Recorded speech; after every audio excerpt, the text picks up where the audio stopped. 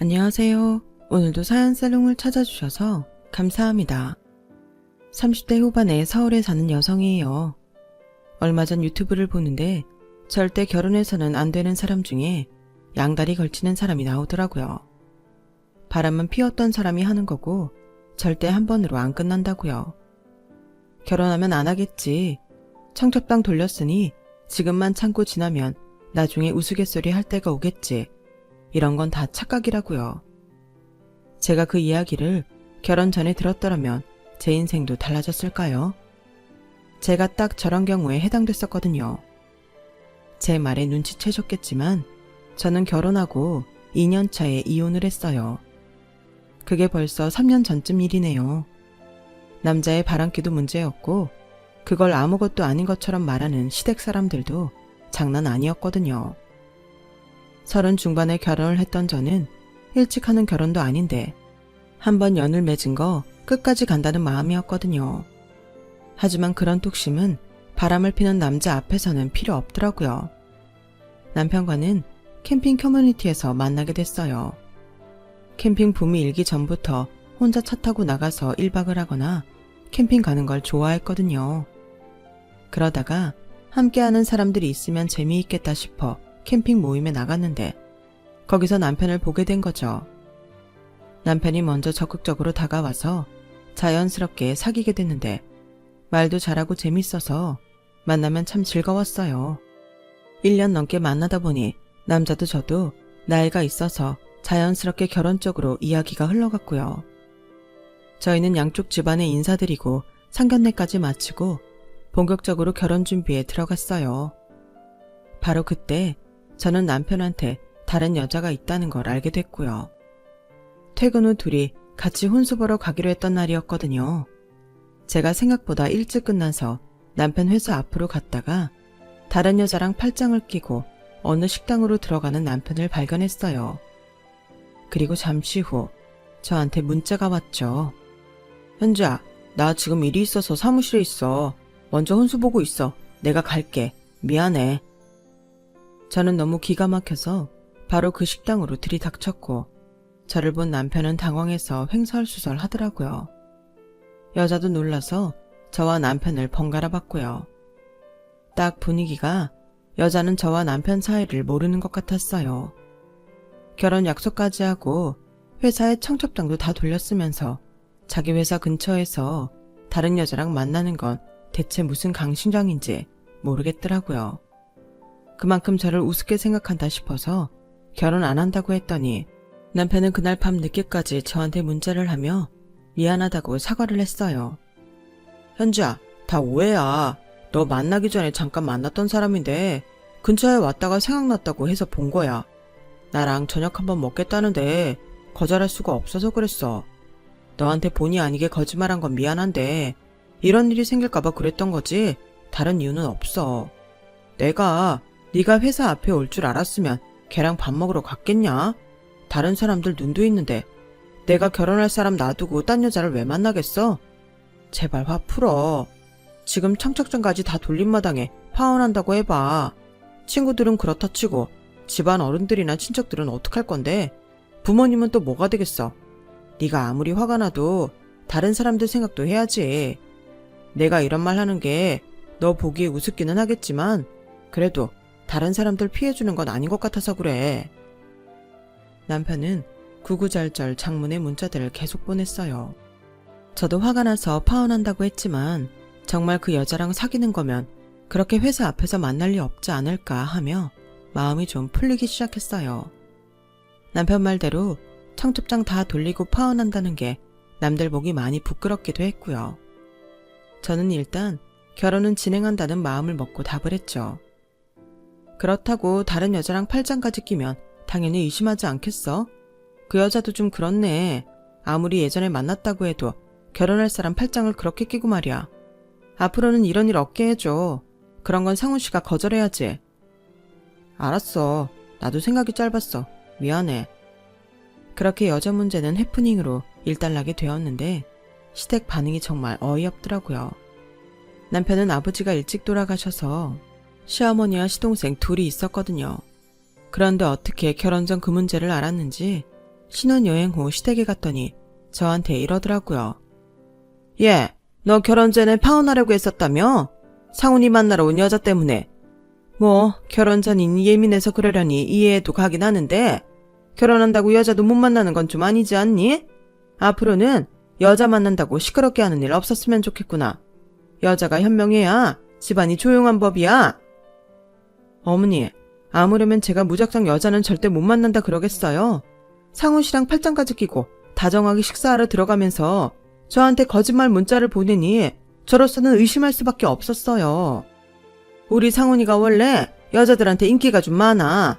어릴 때도 항상 여자애들이 먼저 좋아한다고 집까지 찾아오고 그랬었다고. 그리고 집안에서 여자가 너무 팍팍하게 굴면 남자는 딴 생각하게 돼 있다. 그러니까 그런 시덥지 않은 일로 우리 상훈이 힘들게 할 생각은 마라. 시어머니가 하는 말도 어이가 없는데 시동생은 옆에서 가만히나 있으면 좋으련만 거기에 말을 보태더라고요.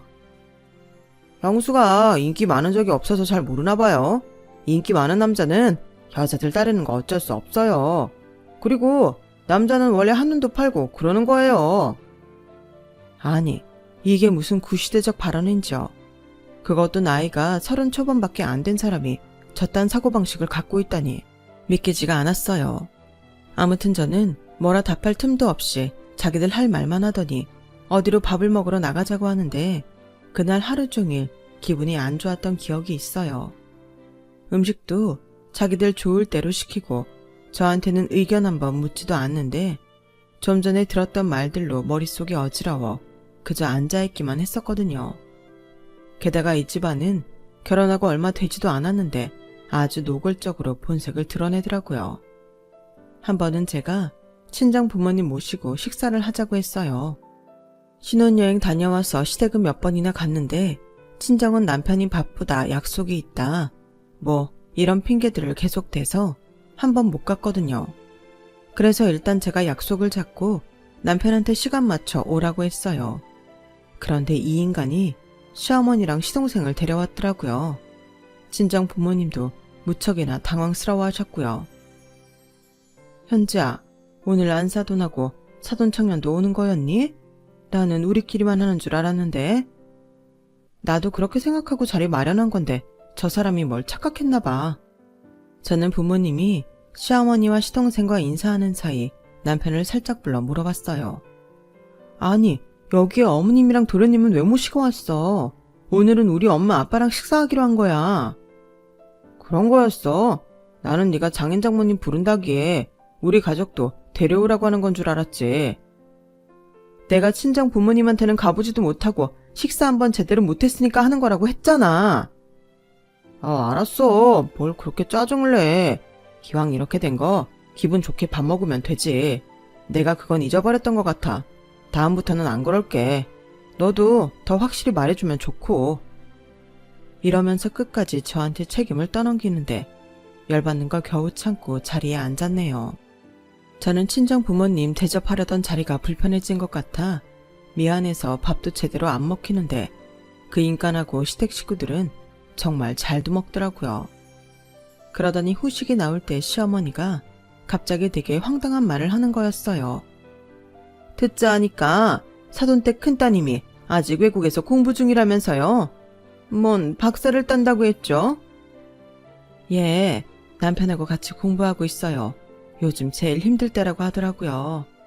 엄마가 돼서 가보지도 못하고 짠하기만 하네요. 사돈분들도 참 대단하세요. 여자애들을 뭘 그렇게 공부를 시키겠다고 박사까지 하게. 혈성이네요. 엄마와 아빠는 벙찐 표정으로 서로를 쳐다보았어요. 요즘이야 공부하고 일하는데 여자 남자 따로 있습니까? 자기들이 능력되고 하고 싶어하면 부모로서는 최대한 뒷받침해주고 싶은 게 당연하죠. 그리고 우리 애랑 큰 사위는 다 장학금 받고 있어서 크게 돈 들어가지도 않습니다. 아우, 바깥 사도는 자식 자랑도 아주 센스 있게 하시네요. 그럼 생활비 보내실 만한 여유는 있으신 건가요? 어머니, 뭐가 궁금하신데요? 궁금하신 거 있으면 제가 나중에 말씀드릴게요. 제가 민망해서 나섰더니 남편은 오히려 저한테 눈치를 주더라고요. 어른들 말씀하시는데 왜 끼어들어? 가만히 있어. 괜찮아, 현지야. 우리가 말 못할 게 있는 것도 아니잖아. 사돈께서 뭐 때문에 그러시는지는 몰라도 저희는 크게 돈 들어가는 거 없어요. 큰 사위가 강의하는 것도 있고 자기들이 저축해 놓은 돈이 있거든요. 4년 전 가서 지금까지 저희한테 크게 손 벌린 적 없어요. 아우, 안사도 말씀드리니 제가 마음이 좀 편해지네요. 혹시라도 새애기가 언니랑 형부 공부하는데 돈 보태야 된다고 우리 상훈이 돈까지 보내고 그러면 어쩌나 했거든요. 친정 부모님은 표정이 굳었지만 그래도 끝까지 예의를 지키려고 노력하셨어요. 아무려면 저희가 이제 막 결혼한 현주한테 돈 보내라고 하겠습니까? 저희가 돈이 없는 것도 아니고요. 그런 걱정은 안 하셔도 됩니다. 네, 그럼 저는 박하사도 말씀을 약속으로 알고 있겠습니다. 저희는 시간도 늦었고 이만 일어나겠습니다. 라는 아빠는 자리에서 일어났고 엄마도 따라 나갔어요. 그런데 집에 와서 남편이 저한테 불평을 하더라고요. 아니, 장인어른은 우리 엄마 무한하게 그러고 가버리셔? 꼭 우리 엄마 때문에 기분 나빠서 가시는 것 같잖아. 그럼 기분 나쁘지 좋겠어? 이건 어머니가 실수하신 거지. 아무리 내가 언니한테 돈 붙일까봐 걱정이 됐다고 해도 거기서 그런 말을 하는 게 말이 돼? 엄마는 걱정되니까 그런 말 할 수 있는 거지. 솔직히 나도 처형한테서 돈 달라는 연락 오면 어쩌나 싶었다고. 우리 언니가 미쳤다고 상훈 씨한테 돈 달라고 연락을 하냐? 말이 되는 소리를 좀 해. 왜? 나는 생각도 못 해보냐? 할 수도 있는 말이지 뭐. 너 왜 이렇게 떽떽거리냐? 참 무슨 말을 못하겠네. 그러려니 하면 되는 걸 갖고 저래. 이렇게 자기네는 할 수도 있는 말이라고 하고 저나 친정 부모님이 기분 나빠하는 건 못 참았어요. 그렇게 이기적이고 상듯함만 하는 건 사실 결혼 전에도 그러기는 했어요. 결혼식 뷔페 예약을 갖고 한참 실갱이를 했거든요. 아니, 우리는 오는 사람들도 얼마 없을 텐데 이걸 반반씩 하자고 하면 저희는 너무 부당하죠. 정말 저희 올 사람 얼마 없어요.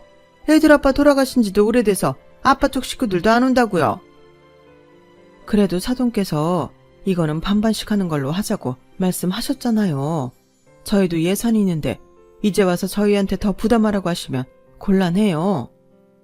라는 저희 엄마 말에 시어머니는 혀를 차며 아니, 딸 결혼을 한 번도 아니고 2번이나 시키시면서 돈을 그렇게 빡빡하게 잡으셔야 되겠어요. 원래 결혼식은 여자 쪽에서 더 쓰게 되는 법이잖아요. 아우, 이래서 좀 있는 집 며느리를 드려야 되는 건데.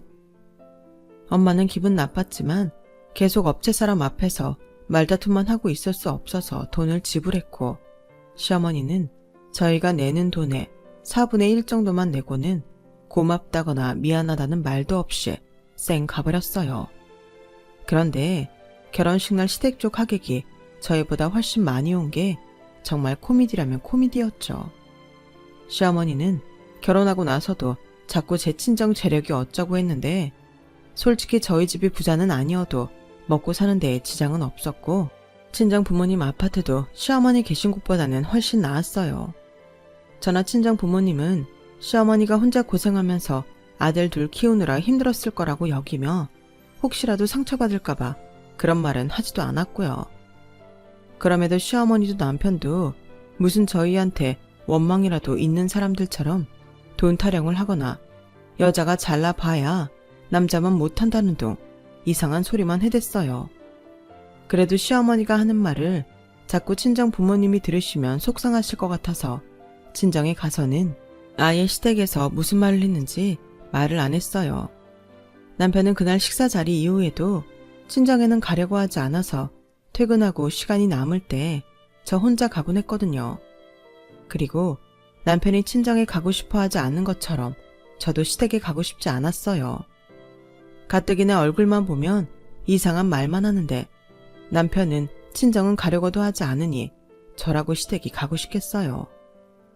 어느 날 퇴근하고 집에 오니 시어머니랑 시동생이 와서 남편하고 셋이 밥을 먹고 있더라고요. 원래 자기들 마음대로 하는 사람들이니 또 지들끼리 연락하고 만나나 보다 했거든요. 그런데 시어머니가 깜짝 놀랄 소리를 하는 거였어요. 얘, 우리 여기 앞동으로 이사 오려고 하거든. 오늘 부동산에서 연락이 와서 앞동 집 나온 거 보러 왔는데 참 괜찮더라고. 헌데 돈이 좀 모자란다. 원래는 상훈이가 돈을 해주기로 했었는데 대출 받으려면 너랑 상의를 해야 된다고 하더라. 안 그러면 난리 날 거라는데.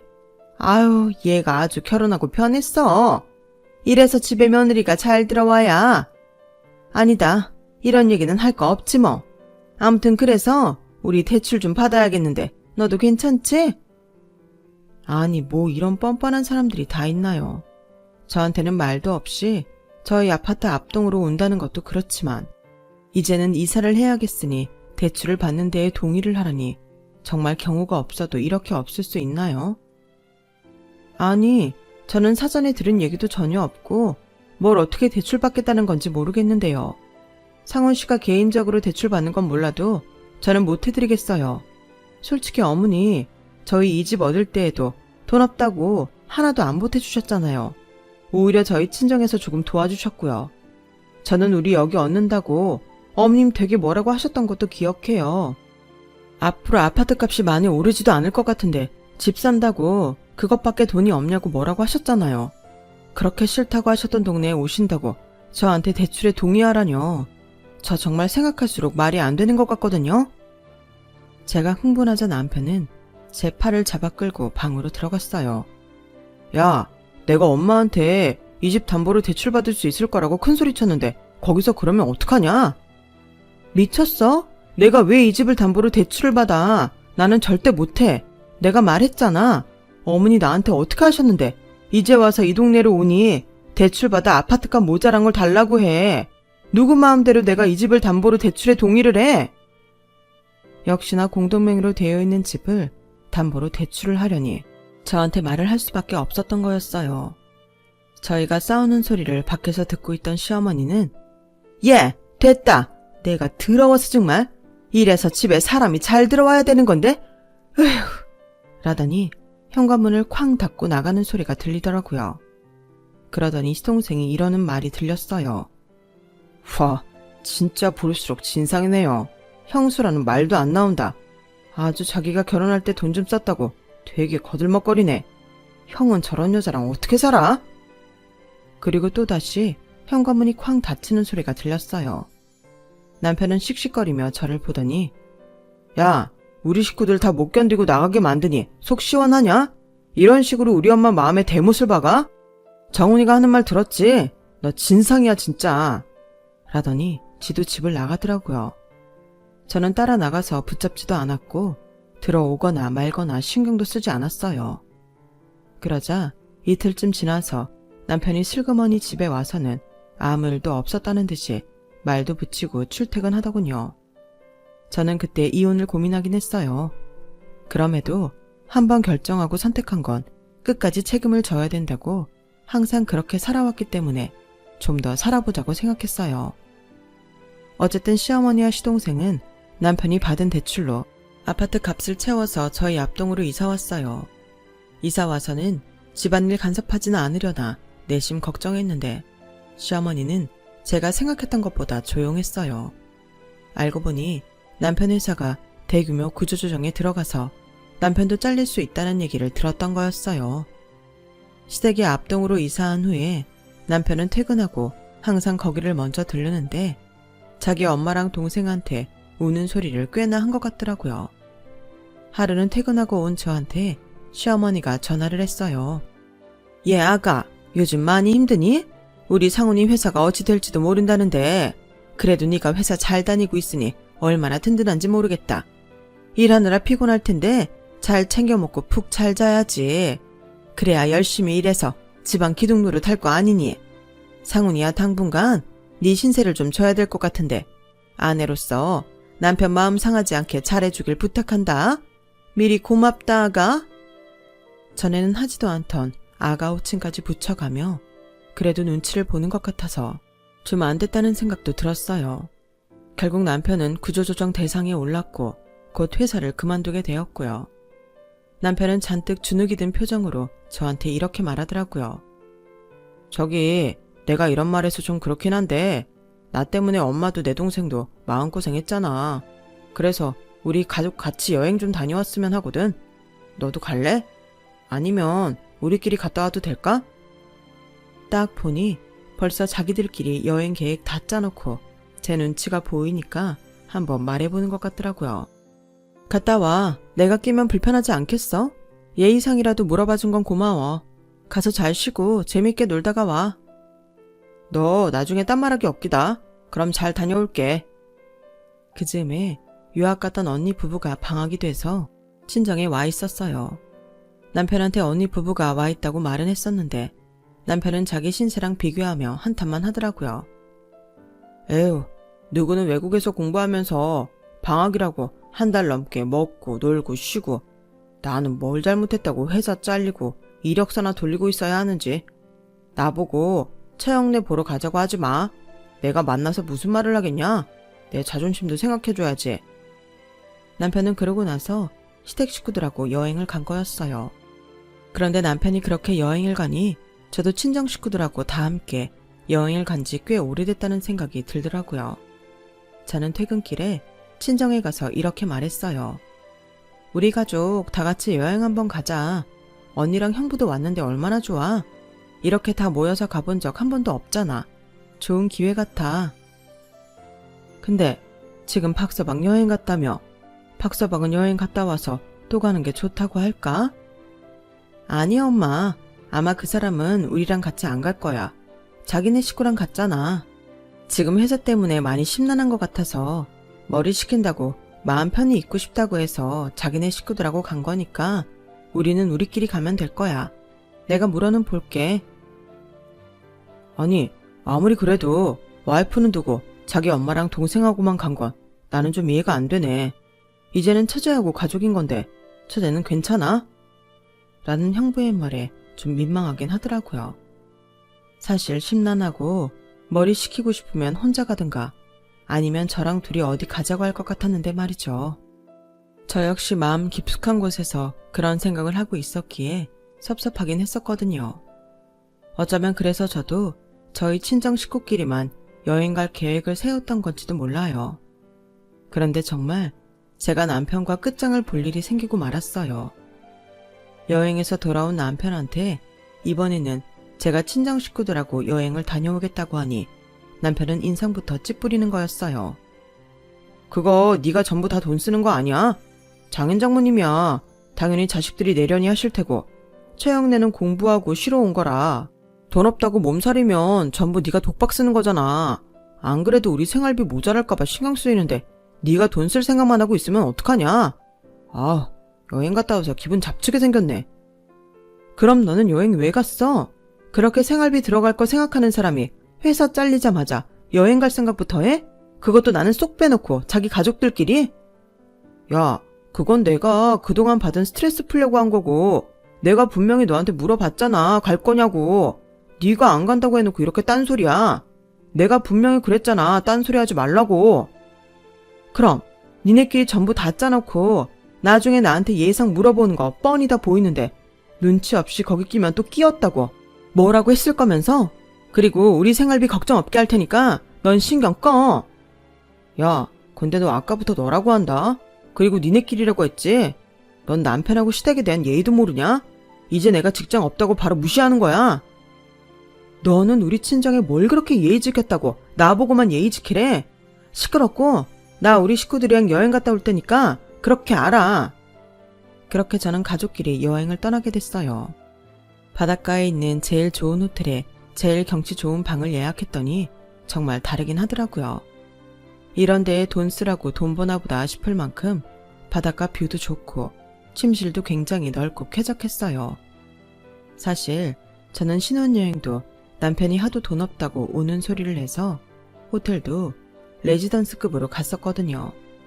지금 생각해보면 자기가 돈 내야 되니 한 푼이라도 아끼려고 어떻게든 비싼 데에 안 있으라고 했던 것 같아요. 신혼여행은 누구든 가장 좋은 곳에 예약해서 실컷 누리다가 오려고 하지 않나요? 이미 저에 대해서는 그 정도 마음밖에 안 되는 사람이었는데 저는 왜 그렇게 책임감을 가지려고 했나 모르겠어요.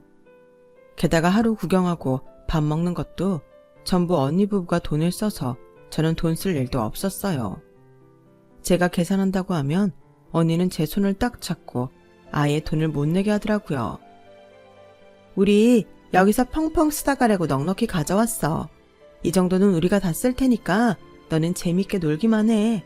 언니가 돼서 동생한테 돈 쓰게 하면 되겠니? 그래 처제. 가까운 데 있으면서 챙겨주지도 못하는데 이럴 때 한꺼번에 갚아야지. 걱정 말고 어머님 아버님하고 그냥 푹 쉬다가 가. 그렇게 언니 부부의 배려로 즐거운 시간을 보냈는데 문득 혼자 있을 남편 생각이 나긴 하더라고요. 여행 오기 전 남편이 한 말 때문에 5만 정 다 떨어지긴 했지만 그래도 여행 갔다 오자마자 제가 나와서 혼자서 밥 챙겨 먹는다고 힘들진 않을까 싶더군요. 그래서 전화를 했는데 받지 않더라고요. 하긴 바로 앞동에 자기네 식구가 사는데 힘들면 엄마한테 가서 밥 얻어먹겠구나 하는 생각이 들었어요. 어쩌면 시댁에 가 있느라 전화를 못 받는지 모르겠다 하고 밥 잘 먹고 있냐는 문자만 남겼어요. 그리고 다음날 아침 조식을 먹고 나왔는데 언니 부부가 먼저 나갔는지 안 보이더라고요. 언니한테 전화를 해보니 바닷가 산책 중이라길래 저도 부모님과 같이 밖으로 나갔어요. 언니 부부를 찾느라 바닷가 여기저기를 돌아다니는데 저만치 바닷가에 있는 카페 앞이 시끌시끌 하더라고요. 무슨 일이 있나 보다 하고 무심하게 있는데 엄마가 이러시는 거였어요. 저기 쟤네 우리 애들 아니야? 어머, 저 사람 박서방 아니니? 맞는데 박서방이 왜 여기 있지? 그건 그렇고 왜 우리 큰사위가 작은사위 멱살을 잡고 있어? 저는 아빠 말에 놀라서 얼른 그쪽으로 뛰어갔어요. 아니나 다를까 형부가 남편을 금방이라도 칠 것처럼 붙잡고 있었고 남편은 어쩔 줄 몰라 하얗게 질려있더라고요. 언니는 팔짱을 끼고 웬 여자를 째려보고 있었고요. 언니, 형부, 이게 다 무슨 일이에요? 상훈 씨는 대체 왜 여기 있어? 뭐 하고 있었던 거야? 현지야, 너 여기로 여행 온 거였어? 나는 너 강원도로 가는 줄 알았지. 아우씨, 누가 부산에 올 줄 알았냐고. 그러자 형부는 남편의 얼굴에 주먹을 펑 날렸고 남편은 뒤로 나가 떨어졌어요. 그러자 언니가 붙잡고 있던 여자가 자지러지게 소리를 지르며 남편을 안아 일으키더라고요. 자기야, 괜찮아? 자기야, 어머 어떡해. 그제야 저는 그 여자를 알아봤어요. 바로 결혼 전 남편 회사 앞에서 남편의 팔짱을 끼고 음식점으로 들어가던 그 여자였어요. 야 박상훈, 너 이 여자 계속 만나고 있었던 거야? 그랬어? 그래놓고 나랑 살면서 그렇게 내 속을 썩인 거야? 내 말에 여자는 아차 싶었는지 실거머니 남편을 놓고는 꽁문이 빠져라 도망을 가버리더라고요. 이게 남의 귀한 딸 힘들게 하는 것도 모자라 바람까지 펴? 야, 이 짐승만도 못한 놈아! 엄마는 바로 남편의 머리채를 잡았고 우리 가족은 전부 남편을 둘러쌌어요. 야, 이 자식아, 네가 제정신이야? 회사도 잘린 자식이 지 마누라 놔두고 바람필 정신이 있어? 라는 아빠 말에 남편은 엄마한테 머리가 쥐어 뜯기면서도 죄송하다는 말을 안 하더라고요. 아니, 일단 저는 이렇게 될 줄 몰랐고 사실 제가 현지 때문에 얼마나 숨막혔는 줄 아세요? 현지만 잘했어도 저도 이러지 않죠. 그러자 이번에는 언니가 한마디 했어요. 와, 진짜 기가 막혀서 말이 안 나온다. 너 이런 놈이랑 어떻게 살았니? 저는 카페에 가서 무작정 물병을 들고 나와서 남편의 머리 위에 확 부어버렸어요. 그제야 남편도 친정 식구들도 멈춰서 저를 봤어요. 야, 네가 인간이냐? 결혼식 때도 지네 손님 없다고 우리 집에서 뷔페값 거진 다 물게 만들고 지들 친척 지인들 전부 우르르 와서 다 처먹고 갔으면서 신혼여행 때 돈 쓰는 것도 아까워서 레지던스 호텔에 예약한 새끼가 너야. 그래놓고 우리 언니네가 지한테 돈 달라고 할까봐 징징대고 니네 엄마 이사 온다고 대출받게 해달라고 징징대고 그래놓고도 네 입에서 그딴 말이 나와? 너 딱 걸렸어. 너 변호사 선임할 준비나 해. 남편은 잠시 멍하니 저를 보더니 제가 자리를 뜨려고 하자 얼른 저를 붙잡더라고요. 현지야, 잠깐만. 내가 설명할게. 내가 좀 전에는 너무 놀라서 그랬던 거고 다 설명할 수 있어. 뭘 설명해. 아까 저 여자가 너보고 자기야 하면서 붙잡았던 거 기억 안 나? 이런 니놈이 혼자 밥 챙겨 먹을까봐 전화까지 했던 내가 미친년이다. 나 너 가만 안 둬. 저는 먼저 앞장서서 자리를 떠났고 다른 가족들은 제 뒤를 따라왔어요. 아무리 가족이라도 너무 비참하고 창피하고 얼굴을 들 수가 없더라고요. 가족들 얼굴 볼 자신도 없었고요. 어쩌다가 저런 인간한테 반해서 결혼을 했는지 스스로가 너무나 한심했어요. 엄마는 그런 제 옆에 와서 가만히 어깨를 안아주셨어요. 괜찮아, 현지야. 살다 보면 사람마다 시련이 있기 마련인데 너한테는 저놈이 이기고 나갈 시련인 거야. 그리고 무조건 같이 살면서 그 시련을 이길 필요는 없어. 잘못된 건 지금부터 바로 잡으면 되는 거야. 사는데 도움 안 되는 것들은 떼어내 버리면 돼. 그래, 현지야. 요즘 이혼하는 거 그렇게 큰 흠 아니다. 네가 힘들지는 모르겠지만 그것도 지나고 나면 다 약이 될 거야. 라는 엄마 아빠 말에 저는 그만 눈물을 터뜨렸고 언니 부부도 와서 저의 등을 쓰다듬어주며 위로했어요. 정말 죄송해요. 저 잘 사는 모습 보여드리고 싶었는데 가족들 실망시키고 싶지 않았는데 제가 저런 사람을 만날 거라고는 생각도 못했어요. 너 잘했어. 저런 놈하고 엮여서 1년 가까이 산 것만 해도 너는 정말 인내심 강하고 대단해. 처제, 내가 말하기 조심스럽지만 처제의 잘못 아니잖아. 너무 자기 탓으로 돌리지 않았으면 좋겠어. 처제한테는 우리가 있잖아. 우리가 끝까지 응원할게. 라는 언니와 형부의 말이 너무나 고맙더라고요. 저는 집에 와서 아파트부터 부동산에 내놓고 짐을 싸서 친정 부모님 집으로 나와버렸어요. 알고 보니 그 자식은 저한테 걸렸던 그날 이후로도 그 여자를 계속 만났고 심지어 둘이서 저에 대해 뒷담화까지 했다는 사실을 알게 됐어요. 변호사 선임하고 이혼 서류를 준비하면서 알게 된 거였죠. 그 여자는 저랑 결혼한 걸 알면서도 스릴 있다며 남편을 계속 만났다나요? 게다가 여자는 저희 회사와 돈독한 거래처 회사원이었어요. 제가 남편 이혼 소송에 들어가며 그 회사에도 여자가 불륜을 저질렀다는 게 알려지게 됐고 여자는 회사에 더 있을 수 없어서 그만뒀다고 하더군요. 더 웃긴 건 그 여자가 결혼 준비 중이었다는 거였어요. 상대 남자도 화가 나서 헤어지고 결혼 준비하던 유학권 모두 여자한테 물게 했다고 하더라고요. 저는 그동안 남편과 시어머니의 몰상식한 행동들에 남편이 회사 잘리고도 상간녀와 여행 간 것까지 해서 이혼 소송에서 이길 수 있는 모든 걸 준비했어요. 그런데 어느 날 시어머니가 절 찾아왔더라고요. 얘, 있잖니. 너 한 번만 눈 감아주면 안 되겠어?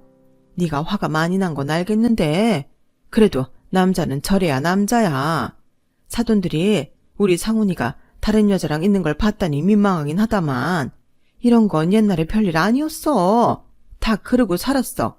그러니까 너도 눈 딱 감고 한 번만 더 참아봐. 응? 저는요. 그놈도 문제지만 아줌마가 더 문제라고 생각해요. 100번 양보해서 그놈 참는다고 쳐도 아줌마는 못 참겠어요. 요즘이 어떤 세상인데 남편이 딴 여자랑 놀아나는 걸 참으라고 해요. 남자는 원래 그렇다고요. 여기 있는 사람들한테 물어보세요. 뭐라고 하나. 아줌마, 정신 차려요. 위자료 물어낼 준비나 하시라고요. 라며 제가 일어나는데 혼잣말로 이러는 거였어요. 아, 진짜. 아파트 얻는다고 빌린 돈도 못 갚게 생겼고 큰일 났네. 그러니까 지금 남편 집은 시댁이 무리해서 이사 오면서 어디선가 돈을 빌렸는데 그것도 못 갚게 생긴 데에다가 저와의 이혼 소송까지 물려서 아주 곤란하게 된 거였더라고요. 그러면서 제 앞에서는 자존심 세우느라 말 같지도 않은 소리를 한 거였어요. 결국 저는 1년여의 이혼 소송 끝에 승소를 했고 남편과 공동 명의로 했던 아파트를 판 돈은 물론이고 정신적 피해 보상에 결혼식 때 저희가 더 많이 쓴 비용까지 전부 다 받아낼 수 있었어요. 시댁은 빚까지 져서 얻었던 아파트에서 나왔고 남편이 겨우 지방에 있는 회사에 취직해서 어떻게든 생활은 유지하면서 사는 모양이었어요. 저는 그 후로 친정 근처에 방을 얻어서 혼자 살고 있고요. 부모님은 같이 살자고 하셨지만 아무리 그래도 신세를 지는 건 아닌 것 같아서요. 지금은 저 혼자서도 즐길 줄 아는 사람이 되려고 노력하고 있어요. 제 이야기는 여기까지예요. 들어주신 분들 매일 행복하고 좋은 일만 가득하길 바랄게요. 여러분, 사연 댓글에 응원과 현명한 조언 부탁드려요. 좋아요와 구독은 저에게 큰 힘이 됩니다. 오늘도 좋은 일 가득하세요.